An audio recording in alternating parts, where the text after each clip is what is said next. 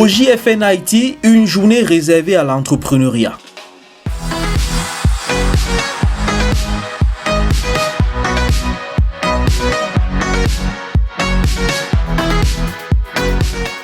Le 16 janvier 2022, le JFN Center, l'incubateur et accélérateur d'entreprises de cette université technologique, exhibe ses premiers ambassadeurs. C'est la Business Plan Competition. Elle met en scène 10 porteurs de projets. Ils forment la première promotion du MBA en Impact Entrepreneurship, un programme déployé grâce au partenariat que cette université camerounaise a avec la Fondation IFO Impact, une organisation créée par l'Université catholique Sacré-Cœur de Milan en Italie. L'épreuve qu'ils passent aujourd'hui fait partie de leur évaluation. Ils doivent convaincre le jury de ce que les projets d'entreprise dont ils sont porteurs peuvent naître et grandir dans l'environnement camerounais. Alphonse Nafak, président du JFN Haïti et non moins administrateur directeur général d'Afriland First Bank Cameroun, préside le jury. Dans ce panel, on retrouve d'autres cadres de banque, mais aussi la déléguée régionale des petites et moyennes entreprises de l'économie sociale et de l'artisanat du littoral, Marie-Berthe Balangono. Également présente dans le jury, la directrice du Bureau national de mise à niveau, Chantal Elombat. Mauro Battistella, consul général d'Italie à Douala, représentant l'ambassadeur du dit pays au Cameroun, y siège lui aussi. Tout comme son compatriote Gianpaolo Vitale, directeur financier de Socomar, la société camerounaise d'opération maritime et filiale de Grimaldi, multinationale italienne. Enfin, il y a le professeur Altante Désiré Biboum, agrégé des sciences de gestion et directrice adjointe de l'École supérieure des sciences économiques et commerciales de l'Université de Douala.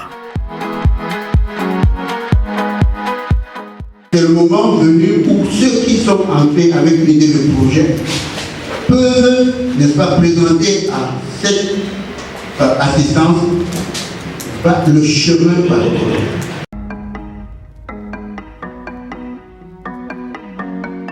C'est le développement des chaînes de valeur agroalimentaires à travers l'Afrique. Et autre chose, c'est la transformation digitale des startups et PME en Afrique et des relations entre des entreprises formées ici en Afrique et en Europe, et des entreprises africaines et des entreprises européennes.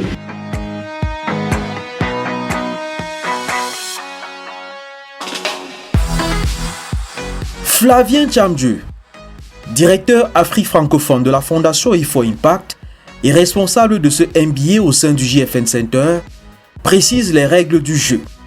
Ce sera 5 minutes pour chaque présentation et 15 minutes de réponse aux questions. Devant ce jury de haut niveau, Alain-Claude Nono est le premier à se lancer. Aujourd'hui, il dirige Mobile Money Corporation, la branche Mobile Money de MTN Cameroun. Mais ici, il présente Royal Distribution Services. Le projet vise à produire des jus de fruits naturels à base d'ananas et de gingembre.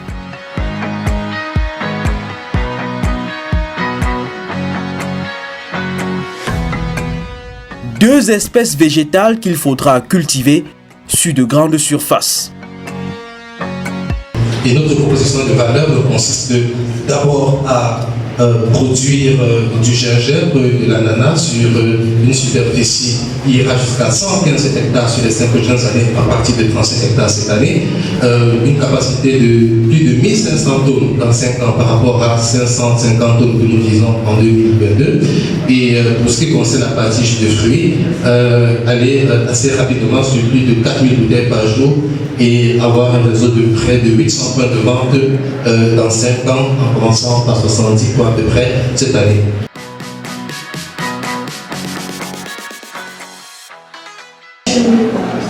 I'm calling Mrs. Lynn, can you find me lunch? My project is recycling, which helps organize my environment, my health, my work. Unique candidat d'expression anglaise, Miglange Kenyé propose Royal Bio Industry. Sa start-up déjà fonctionnelle vise à réduire la quantité de déchets organiques présents dans la nature. We can make money just by collecting the waste because we are going to put in place a system of waste collection, a digital system that is going to help us to collect the waste and And after the waste have been collected, they are going to be transformed in the biodigester, and the gas, and then we produce gas that is going to be refilled and put into bottles, and then will be distributed to people, to companies, to households, and also we are going to get a slurry from the digester that is going to use for cook. This is going to be used for farming.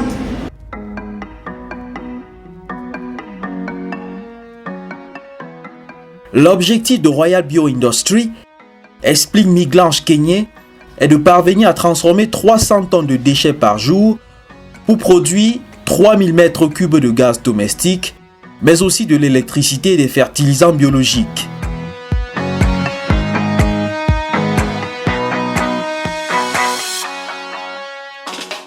Nous faisons des installations dans des écoles, dans des maisons, et maintenant au niveau de l'industrie en elle-même, qui est de mettre sur pied 3000 mètres cubes de biodigesteur qui va produire par jour 150 bouteilles de gaz méthane, de gaz bio, qui est bien pour la santé. Nous sommes en phase de négociation, d'agrément avec le gouvernement parce qu'il s'agit du gaz, il s'agit des choses que le gouvernement doit entrer en partie.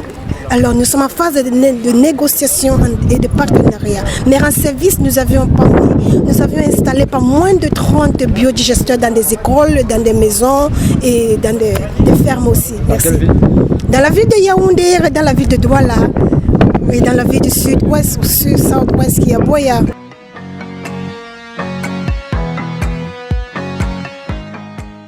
Un projet que le président du JFN Haïti juge alléchant. Alphonse Nafak pose des questions sur la possibilité d'installer le système décrit par la candidate au niveau des résidences universitaires de JFN Haïti, ici en chantier. Vous voulez mettre le gaz là-bas, comment ça va se passer? Je ne vais pas vous demander combien ça va coûter parce que on va d'abord comment ça va se passer. Exact.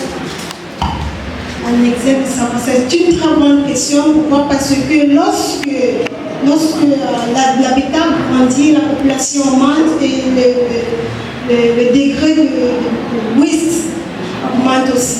Alors, pour ce bâtiment, nous avons besoin soit de canaliser des wastes des toilettes pour produire du biogaz et on ajoute les déchets de cuisine.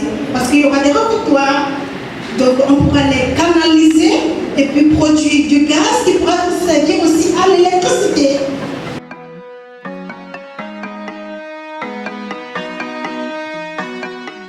Une réponse qui convainc le président du jury. Il vient là d'identifier un prestataire pour les résidences de l'université. Autre projet qui séduit particulièrement le panel d'évaluation, celui de Yannick Mvondo. PMIQUI qu'il présente est une solution de finance mobile qui propose de s'installer sur un segment non couvert par les opérateurs du marché national. Aujourd'hui, il y a la fausse monnaie. Même nos amis de la banque parviennent encore aujourd'hui à se tromper tellement les faussaires font du travail assez, je ne vais pas dire excellent, mais ils font un travail assez étrange. L'insécurité et aujourd'hui les données personnelles des utilisateurs, rien que sur la base du téléphone, sont exposées. Avec votre numéro de téléphone, on sait qui vous êtes.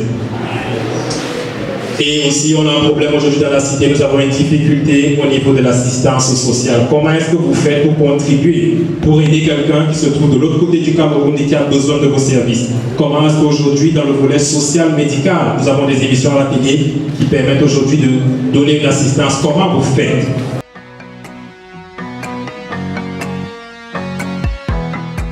La réponse aux problématiques posées par Yannick Mvondo, c'est cette application mobile déjà sur le marché. PMIQUI bénéficie d'un partenariat avec MTN. Aujourd'hui, notre solution veut venir endiguer le problème de la rareté de la monnaie, d'une part, mais également faire que les retours, les bénéfices puissent retomber au niveau du Cameroun, au niveau du secteur financier local, afin de refinancer, propulser en fait le financement local. Notre solution est déjà disponible et aujourd'hui nous sommes en train de passer à un niveau supérieur grâce à des partenariats stratégiques avec un opérateur MTN par exemple, pour aller un peu plus loin que ce que les autres qui ont essayé de rentrer dans ce créneau ont pu faire. Concrètement, nous sommes aujourd'hui, je veux consommer votre solution, je fais quoi? Ok, aujourd'hui, comme la version application mobile est disponible aujourd'hui sur le Play Store, pour ceux qui ont les applications Android, vous pouvez aller sur le Play Store, télécharger l'application, créer un compte, recharger votre compte. Pour le moment, ce n'est que depuis l'opérateur Mobile Money de MTN, et puis commencer à faire des transactions. Commencer aujourd'hui à générer ce qu'on appelle des chèques digitaux, commencer aujourd'hui à payer un certain nombre de services à valeur ajoutée. Donc la solution est disponible, vous pouvez la tester, vous pouvez l'utiliser et vous pouvez nous faire un retour. Alors, vous parlez d'une solution pour les petits épargnants, taximens, mais est-ce qu'ils ont accès à tout ce qui est électronique? Est-ce qu'ils sont capables de comprendre ce que c'est qu'une application? Est-ce qu'ils sont capables de télécharger cette application? Ok, les petits épargnants, comme vous dites aujourd'hui, ont déjà une notion sur tout ce qui est technologie. Mais nous ne les avons pas fait dans cette condition. Ce que nous avons fait, c'est que nous avons, pour ce type d'utilisateur, généré ce qu'on appelle un badge QR code qu'ils vont porter. Ils n'ont pas besoin d'avoir l'application. Ils n'ont même pas besoin d'avoir un téléphone Android ou quoi que ce soit. Avec ce badge, ils peuvent accepter les paiements et se rendre dans un point de retrait pour rentrer en possession de leur gain. 220 millions de francs CFA, c'est la somme que recherche Yannick Vondo et son équipe pour faire de PMI Quick une solution que vont adopter les Camerounais. Alphonse Nafak, le président du JFN Haïti et dirigeant de la première banque camerounaise, croit fermement en l'avenir de ce projet qu'il suit de près et qu'il n'hésitera pas à accompagner. PMI Quick est une innovation qui va impacter notamment les tout petits, parce que c'est une application qui permet de faire des transactions portant sur des petits montants à des coûts réduits. Elle va toucher notamment les taximans et les benz skinners, les petits commerçants qui sont les Bayam Salam. Donc c'est une autre cible. Cette application s'adresse à une autre cible qui n'était pas véritablement adressée jusqu'à présent. 7 autres projets passent devant le jury.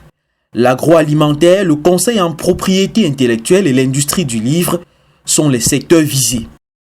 Et voici venu le temps de la lecture des résultats. Chacun des candidats reçoit une note sur 20.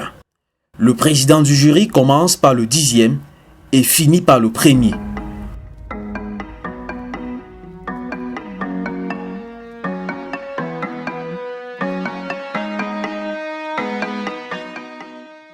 Deuxième, M. Vondo Yannick.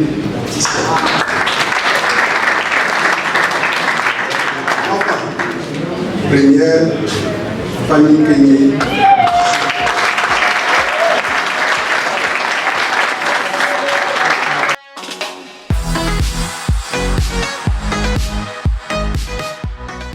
« 17 sur 20 pour Yannick Vondo et sa solution de paiement PMI Quick, assorti de la 2e place. Il reçoit le prix du meilleur impact social. «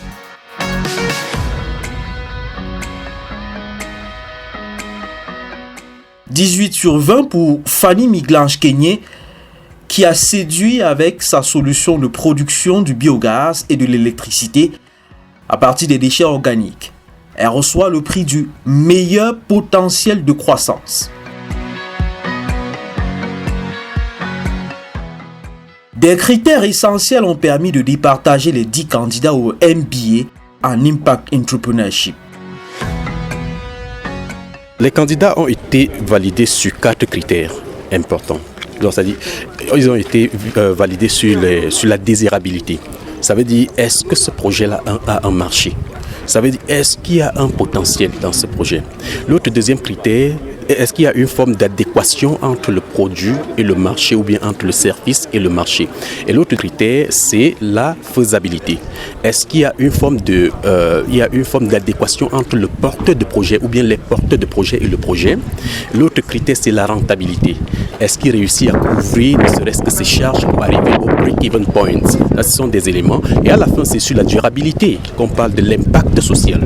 L'impact social, ça veut dire l'entrepreneur doit valider sa légitimité légitimité quelque part en apportant quelque chose de bien sur son territoire. Donc il est question de comprendre est-ce que leur présence sur le territoire camerounais va générer des emplois, ça va apporter une solution innovante, tous ces éléments, c'est sur ces critères qu'on a eu à évaluer ces entrepreneurs.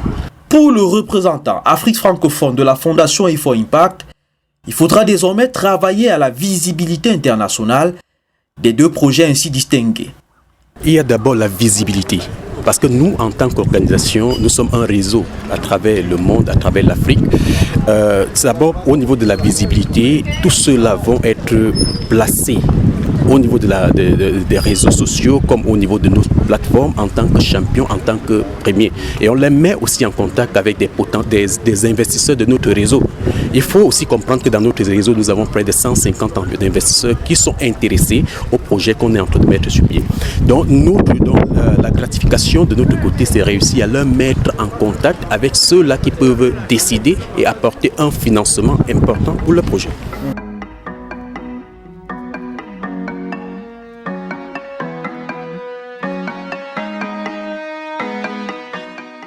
Le président du JFN Haïti précise que les candidats repartiront sur le terrain pour améliorer leur projet afin d'obtenir leur MBA.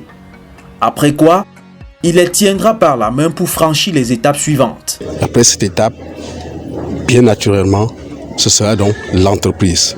On recherchera des financements pour ces entreprises en ce moment.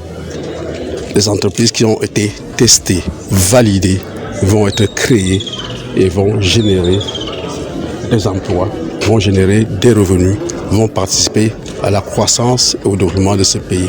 Elles rentreront dans le programme du SND 30 et participeront ainsi avec efficacité, avec assurance à l'émergence du Cameroun à l'horizon 2035. Voilà l'objectif, voilà notre rapport, voilà notre contribution à la réalisation de cet objectif, à la réalisation de cette vision, à l'atteinte des objectifs qui ont été définis par le président de la République.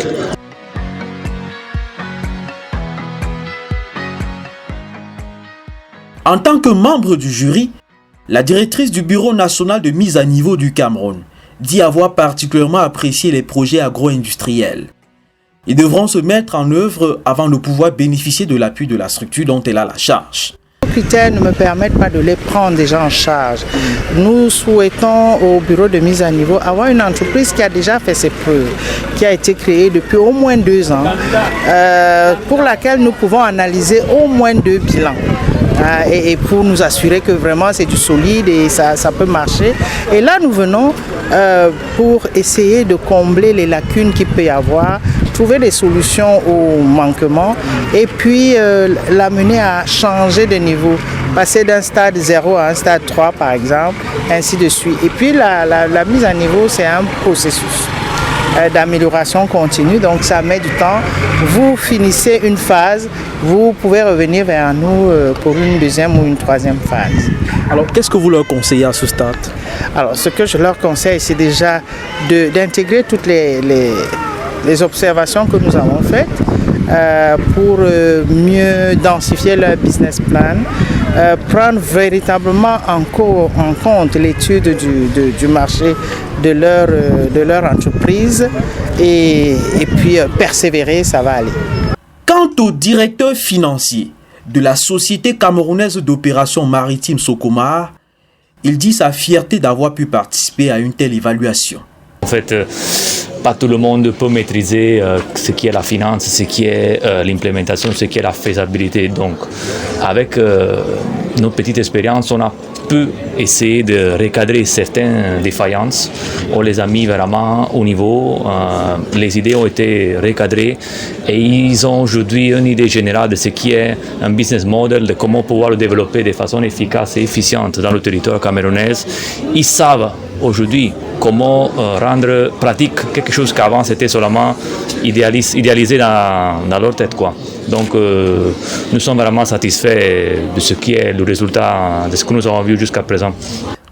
La première édition de cette compétition marque ainsi le décollage d'une coopération universitaire entre l'Italie et le Cameroun à travers le JFN Haïti et la Fondation IFO Impact. Normal donc que l'ambassadeur d'Italie au Cameroun patronne l'événement. Le consul général de ce pays, à Douala, l'a représenté tout en acceptant de siéger dans le jury. L'ambassadeur d'Italie a soutenu, sous demande de M. Nafak, a donné le parrainage à l'initiative. Donc, elle est parrainée par l'ambassade d'Italie. Tout ce qui est... vous avez déjà vu que dans la présentation de E4Impact, le ministère des Affaires étrangères y est déjà présent. Ils sont présents aussi l'Agence pour la coopération internationale. Donc, tout ce qui peut aider à faire entreprise, à créer, à améliorer les climats et aussi la concurrence à l'étranger. Bienvenue. Le 24 novembre 2021, à Yaoundé, le JFN Center, l'incubateur accélérateur d'entreprises du JFN Haïti, reçoit son agrément des mains du ministre des Petites et Moyennes Entreprises, de l'économie sociale et de l'artisanat. Une première au Cameroun. En participant comme membre du jury à l'événement du 16 janvier 2022, la déléguée régionale de ce ministère de tutelle pour le littoral traduit l'idée d'un suivi des promesses faites par le promoteur du JFN Haïti. En effet, ce programme touche l'un des outils de notre dispositif d'accompagnement de nos promoteurs qui est l'incubation. Alors le ministère est donc là pour apporter son appui institutionnel pour encourager cette initiative et ainsi accompagner les jeunes promoteurs. En marge de la Business Plan Competition, la Business Idea Competition permet de recruter la deuxième promotion du MBA en Impact Entrepreneurship du JFN Haïti. Amadou Wadiri, porteur du projet Logonnerie, se taille la première place avec une moyenne de 16,75 sur 20. Avec 300 groupements d'intérêts communs, il produit du riz sur 4500 hectares dans la partie septentrionale du pays. Il veut améliorer ses connaissances d'entrepreneur à travers le MBA. Sa première place lui donne droit à une prise en charge de ses frais de scolarité à hauteur de 75% par African First Bank. Il aura 20 camarades de promotion qui seront dans cette même salle dans un an pour présenter leur projet complètement remoulé. Le JFN Haïti démontre ainsi sa vocation à enfanter les capitaines d'industrie de demain.